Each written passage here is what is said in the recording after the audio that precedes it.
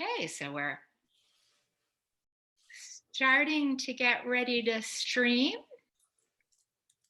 And then I'll do kind of a real intro for everyone here. It's just taking a minute to load and make the connection. It's always fun in this virtual world to keep learning new tricks. Oh my goodness. This is quantum learning right now for all of us. Totally. Yeah, it's taken a while. Dula from New York. Thanks, Jennifer. Now I can read California, Costa Rica, in Brooklyn. Okay. And so it's good I started this early because it's taking a little bit to make the connection. And I don't know if that's normally it takes this long or these days with everybody extra on the virtual world. I think there's a lot going on. I was on very quickly with Deepak Chopra's, the Chopra Center, doing a global meditation on Sunday, and it crashed. So all the servers, I'm sure with Zoom and YouTube and whatever platform everybody's using, everyone is now automatically, boom, in a virtual world. And that no one saw that coming. So they're all probably learning leaps and bounds how to handle the traffic. Yeah, and it even just said like I timed out on YouTube, so it's having me do it again. So it could be the same thing with YouTube. So we'll see. I'll give it this other try, and if not, we'll just get started, and we can always post it later on YouTube, and just upload it when we're done. But I'll give it another second before we start. See if it makes it through this round or not. Instagram stops, like it will do a dead halt at an hour. So I do my salons, and all of a sudden we're in the flow, and we went black. So we had to go back on, and everybody thankfully joined. I had no idea. You're learning as we go. Right. Totally. And so like right now it's saying we're live on YouTube. So hopefully it's gone through. Yay. So let's get started for everyone that's here with us and everyone that's watching on YouTube or later. I am so excited to welcome all of you that are here, especially in these uncertain times, so we can connect, but especially excited today because I get to, for the very first time, welcome my amazing dear friend, Emmy. We have been friends for many years, and we talk about how our work overlaps, but we've never had the opportunity, and this uncertain world brought it together for us to bring this all into one realm and to all of you. So I want to just share about Emmy for you because she is incredible. She's a mom, a cancer survivor. She's recognized globally as a lead influencer for positive body image and self-esteem. She's also an award-winning, iconic American supermodel, nominated twice as People Magazine's 50 Most Beautiful People. And I have to say, that is inside and out in every way because her soul shines so bright. In 2018, she was nominated by Oprah Magazine as the godmother of the full figure industry. What a cool title that is. And she's just so inspirational. When we walk, Emmy, you always bring me calm, connection, bits of wisdom and nuggets. So I am truly honored that you're here today, especially in these times. So welcome. Thank you, Debra. Thank you so much for this wonderful space that you've created for all of us to come together and be able to share our life's journey with each other. This is just wonderful. I'm so excited with your release to come of Sex After Baby. Hello. Oh, yes. Yes. Let's throw that one out the window and that myth that perception that, no, that's not for us. Well, it is. It certainly is. So thank you very, very much for having me share your time with you. You're As welcome. always, I love you very, very much. And I love the fact that you share the birthing journey so beautifully with orgasmic birth on Instagram. I've never seen birthing ever like this before. And every day I get the gift of checking out your Instagram handle and see birth, new life every day. So I applaud Instagram for understanding the work that you're doing and not shutting it down. It's beautiful that we get to see this joy day in and day out. Women bringing their future into this world in a way that's compassionate and considerate and loving. So thank you for bringing that to the world with you and all the doulas and all the health practitioners that work with you to provide this to women Yeah, and thank you families. so much. And we do thank Instagram because it has been a challenge at times. And we really appreciate that you and so many people can see what we call the best kept secret. We don't talk enough about birth being a part of our whole life, the emotional, the spiritual, the sacred, the intimate, the sexual. And so it's been a joy. And I didn't even mention my new book because I get so shy, but that is what we're talking about. It's really been my biggest birth, is to create a book listening to women and people all over the world on what are their challenges and how do they overcome them to have more connection, love, intimacy with themselves and their partners as parents. And this is a time where sadly many people disconnect and the divorce rate goes up. And so I really gathered a lot of stories, including yours, Emmy, to guide people, I hope, in a path to making sure that this time after having a baby is sacred and intimate. And that's why we're here today, because such a big part of really stepping into who we are is feeling comfortable in our body. And Yes. pregnancy, right, takes us through this huge change. And postpartum is another huge change. And sadly, for many of us as women, we even begin that journey not fully present and grounded in our body. So I'm so excited for you to share some of your wisdom in this experience and how we can come into our body today more than ever. Wow, it's a wonderful opportunity to share the journey of understanding my body, myself, and how I meld into this human being, this offering in this life.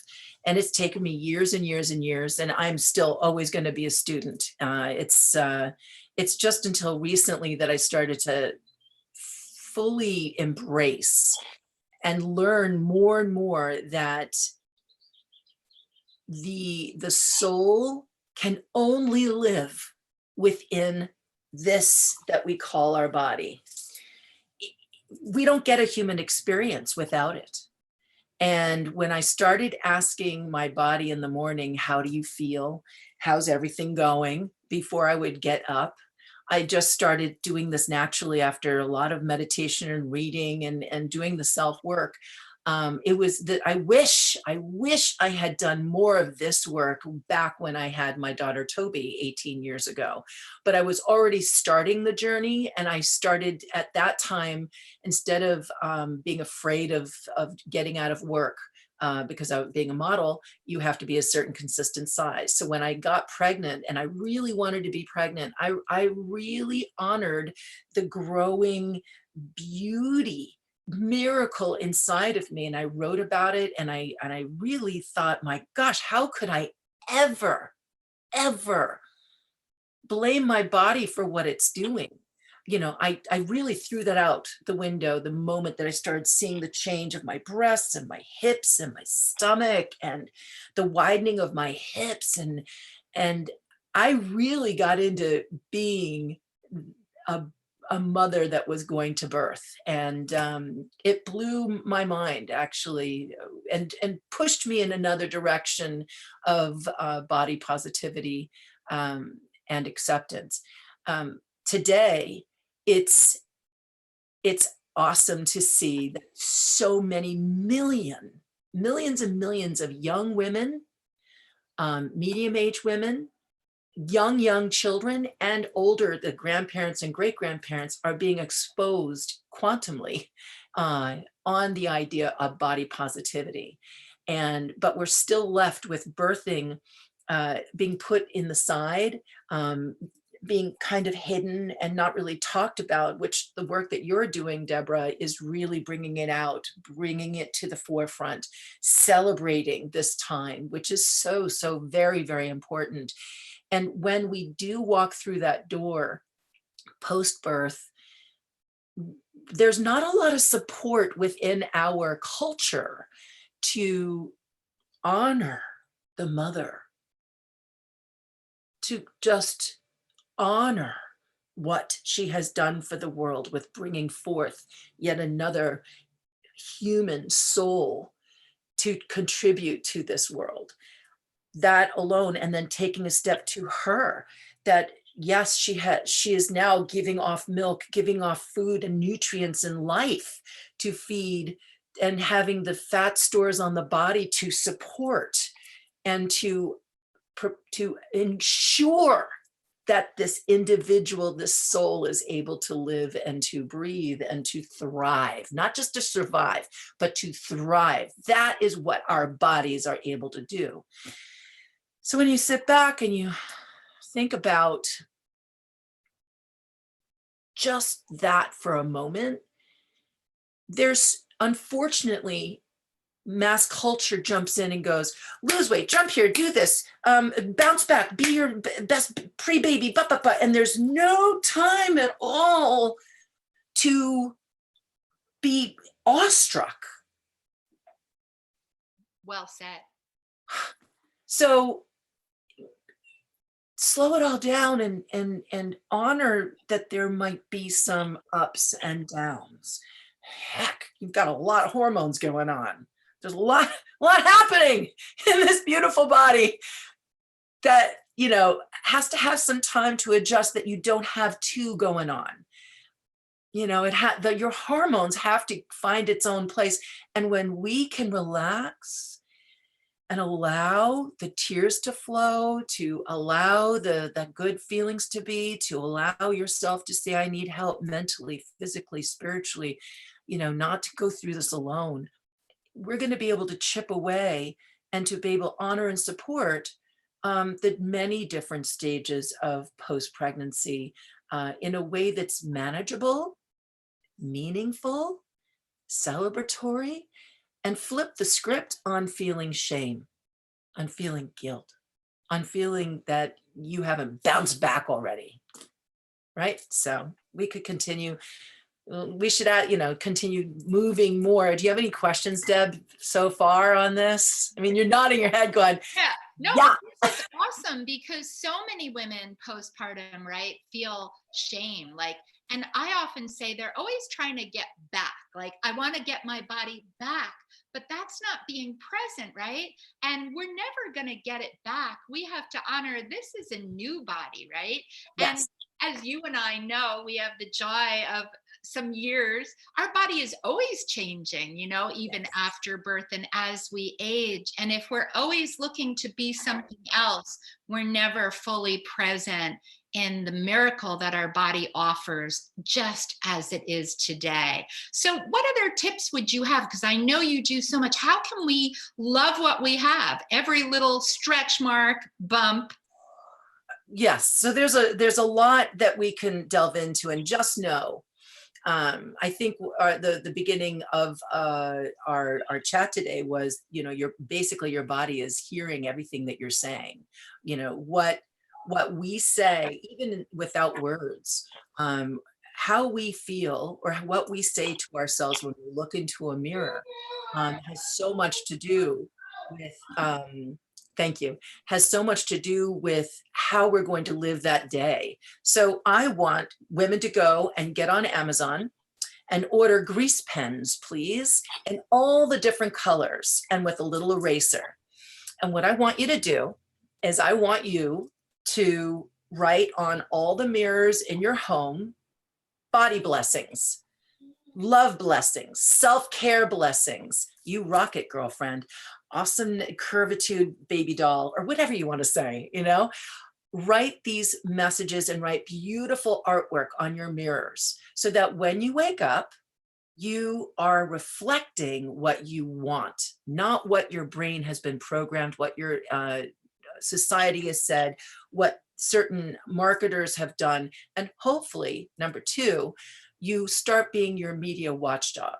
You pull back on, I guess, beauty magazines or the kind of media content that you're absorbing where there might be a lot of advertising that is singular reflections of beauty. If you can find certain media outlets that have a diverse array of beauty in size diversity, in age diversity, in shape diversity, in all different types of diversity, that's more reflective and a little bit and much less directed into a singular modality of acceptance if you are to be exposed by any kind of media. The third thing is take the time and be with yourself every single day. Get into some type of a practice if you can, which we all can, even if it's 3 minutes, 5 minutes a day. Sit and meditate. However that is, whatever that looks like for you, allow everybody in the household to understand that this is your private sacred time. Buy a candle, have a few, have a place in your home, in your apartment where it's comfortable where you sit. You light your candle. You maybe might want to light incense or something that smells good, and just sit and breathe. Feel your body as you breathe deeply to get yourself nice and centered. So you wake up with the beautiful messages on your mirrors. You start editing what you're absorbing with media, what you expose yourself to. And then you also give yourself this peaceful practice of being centered, being one, much more than just your body, but inclusive of your body and the blessings of being here and right now. Those are the three right now that we can just kind of hold on to. My daughter and I have a really good time with drawing on our mirrors. We send each other messages of goddessness. And sometimes we're the only ones in our lives, and I'm talking that collectively, that we're the only ones that are being positive. There's a lot of people, especially right now today, that are all talking doomsday and talking, and it's horrific what we're going through. It truly is pretty awesome. On the flip side of that, we're given this beautiful opportunity that none of us have ever had in our lifetime to go within. And a lot of people might be like, whoa, what do you mean by that? Oh my gosh, your body, yourself has been waiting for you to slow it down. Take a nap during the day if you need it. No guilt, no shame here. Take it while you can. Yes, While you're staying in, take advantage. This is all going to help your own body image and your self-esteem, and it will build your vitality and your fortification, so that when somebody might be saying, oh, you haven't lost that baby weight yet, you won't react so much. But guess what? During this time, you're not going to really hear that from the outside world because we're not socializing with anybody other than our family. So if you have a partner or someone that has their own body image issues, which, that can happen, there's no time like the present to love deeply, forgive quickly, and be your own advocate lovingly, Great wisdom. And I have to say, I mean, every bit was fantastic, but the celebrating your body on your mirror and your daughter, or it can be your partner, right? Or anybody, but what a beautiful thing. Cause we always look in the mirror. You have a mirror, and what a message to give that positive affirmation. I love it. giving it to yourself. It's your gift to you, and flipping the script on pivoting away from looking negatively at yourself. No more. Let you be your own goddess. Be your own support. And if you can start nourishing yourself at the deepest part of your soul, of your own beauty, your own value, your own essence of goodness, no one can knock you off that. But if you're always looking outside and you don't do that for yourself, you're always going to be in depletion. You're never going to be filled. So start doing that. This is the perfect time. Right. The perfect time to do it. We have several people here, and I know they're like being quiet, but I'd love to hear from a few of you. How is this feeling to you? Is this something that you're already doing, some of Emmy's tips?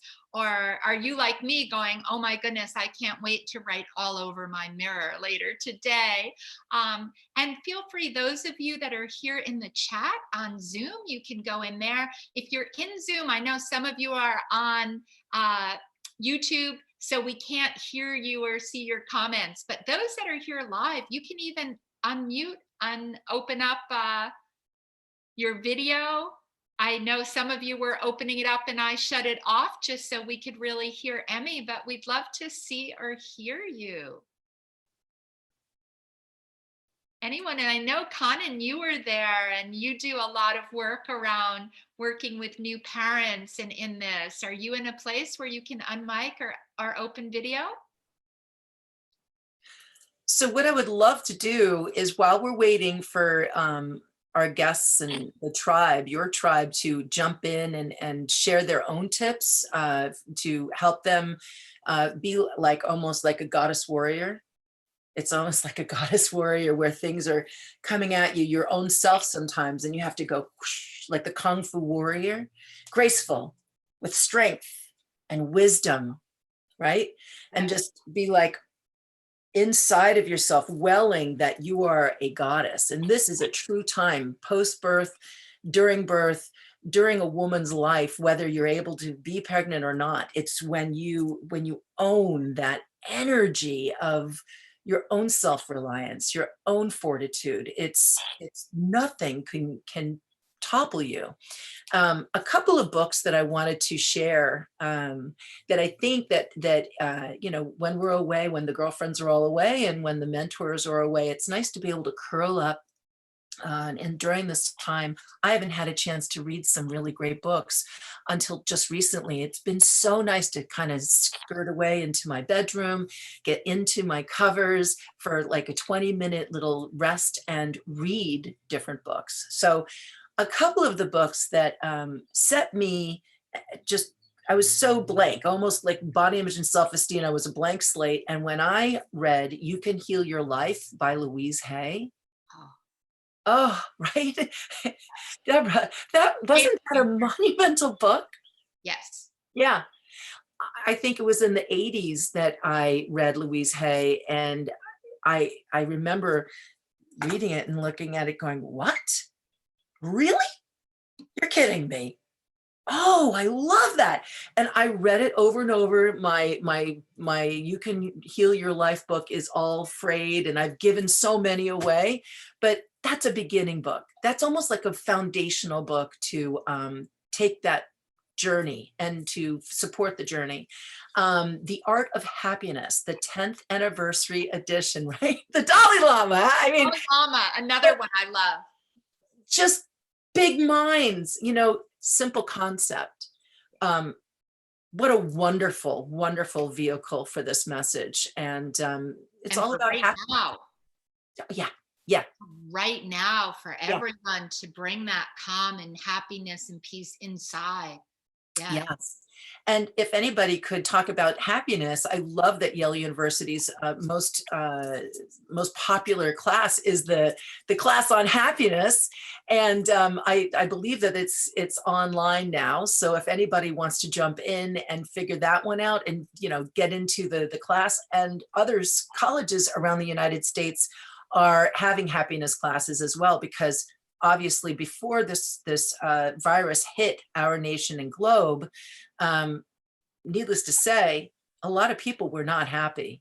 A lot of people were running themselves into the ground, trying to serve quote unquote other masters, whether it was a boss, whether it was a loved one, whether it was someone, but the self was saying, hello, and high rate of illness and dis-ease happening. And speaking of dis-ease, another area where there's quantum things happening is Dr. Joe Dispenza.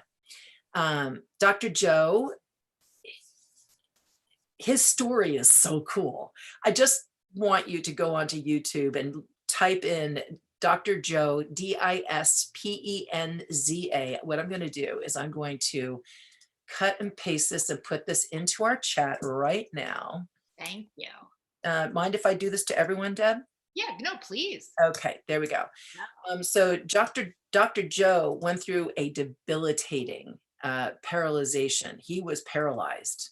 It was not good. And he refused, through the power of positive thinking, he refused to hear what other people were saying about his body and what his body can do.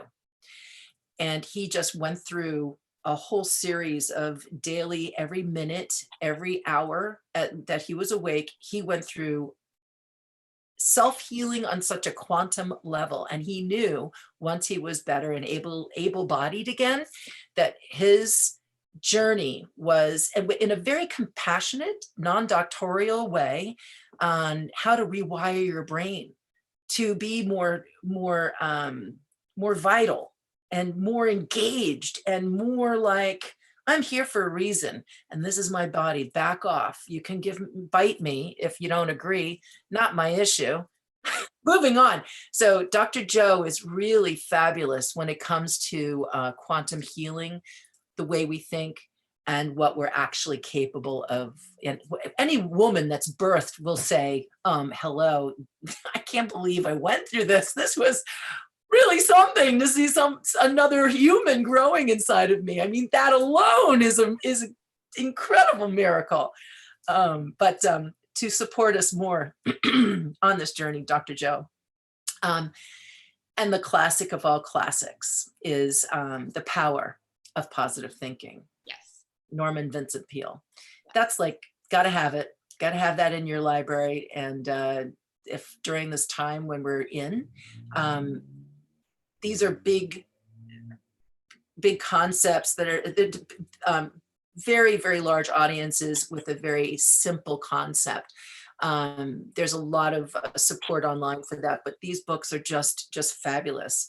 There's a couple more, but I think those three really, and I'm going to actually. And what about yours, my dear? Can you tell us your book? Okay, so yes, we can talk about it. So I did a book with Chicken Soup for the Soul with Natasha Stoyanov and Amy Newmark, and we wanted to reflect what was going on with this empowerment movement within the United States.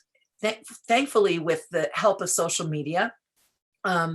When I started out in the industry in the early 90s, I used to be a reporter. So when I would talk about body image and self-esteem, a lot of the media they were like, what are you talking about? You know, how could you be so positive when you're a size 12, 14 woman being a model in the industry? At that time, I was enormous compared to the size 0 girls, but I knew better. I just understood that diversity was where it was at. I was talking about it constantly at the very beginning. And today, having the help of social media is a double-edged sword. If you watch too much of it, you go down the rabbit hole and you get all self-conscious and crazy and you waste a lot of time. But the other side of it is that you're seeing diverse storytellers being able to talk about their journey to body image and self-esteem. And we wanted to put it out into the zeitgeist of the Chicken Soup for the Soul zeitgeist and say, ladies, why don't you tell us your story of what was going on in your life, and then you're rising up from the ashes. We gave them a certain word count. And to say that we received thousands and thousands and thousands and thousands of submissions is an understatement. Now, we had the job because Chicken Soup for the Soul is 101 stories. We had to choose 101 stories. And so Amy had a batch, Natasha had a batch, and I had a batch. And we would like negotiate like we were playing poker, no, this story is so important because of this and this and this. And so our goal was to have diverse backgrounds being represented, age being represented, a couple of men's stories of their reflection of the women in these certain situations reflected. And we have this book called Curvy and Confident. And it has been such a joy to be able to send it to women that are grappling with different issues. I mean, there was a few stories about, there's so many different stories in there that it reflects what we go through daily, weekly, yearly as a woman, and how we're not alone. We are not alone in how we feel about our bodies. I'm telling you, I mean, we all know this, our girlfriends, our family, we sometimes help each other by saying, I really don't agree with you. I think you're fabulous. And, our bodies are always changing, to your point, Deb, that you had shared. This is what it's like. It's like the ebb and flow of an ocean. There's a rhythm to life. There's going to be a rhythm when you have, less body fat on your body. There's going to be a rhythm when you have more. And you have to allow, if you try and go against nature, that's when things get all screwed up. Diets, DIE is in a diet, DIE. Yeah. You want to fill yourself with nutrients, emotional nutrients and physical nutrients, so that you're giving yourself the best life possible. Life is very short. It's very quick. I want to make it last as long as possible. And I want to be able to go and jump and have fun. And I have a hashtag called Play, Sweat, Win. Most of my friends think I'm absolutely crazy. I don't care. That's okay. I don't care. I really don't care. Joy. So tell everybody who's here, how can they follow you on Instagram? What's your hashtag? Sure. My handle is Supermodel EMME. I'm going to put this into here, and you can go on Facebook, Instagram, Twitter, Pinterest. That's let me just put this in. Put that and put your book in too, so everybody can get a copy, because what an inspiration. And I think all the books that you gave right now, we all need to find those things that bring us that connection, that lift our spirits. Our emotions are our hormones, and our hormones really change how our whole body feels. And as much as I love what you said about the happiness courses, it is a sad comment on society that we need courses, particularly in universities, for happiness. But it's good to see so many people doing it. Yes. And science, to me, amazes me that this is an area. I'm not all about faking things, as you'll find out in my book. But what I do know is you can fake a smile. And if you wake up in the morning and you look in the mirror and you have, as Emmy said, all your goddess affirmations, or whatever affirmations that make you celebrate who you are and your body and you're beautiful. And for a minute, they make you giggle.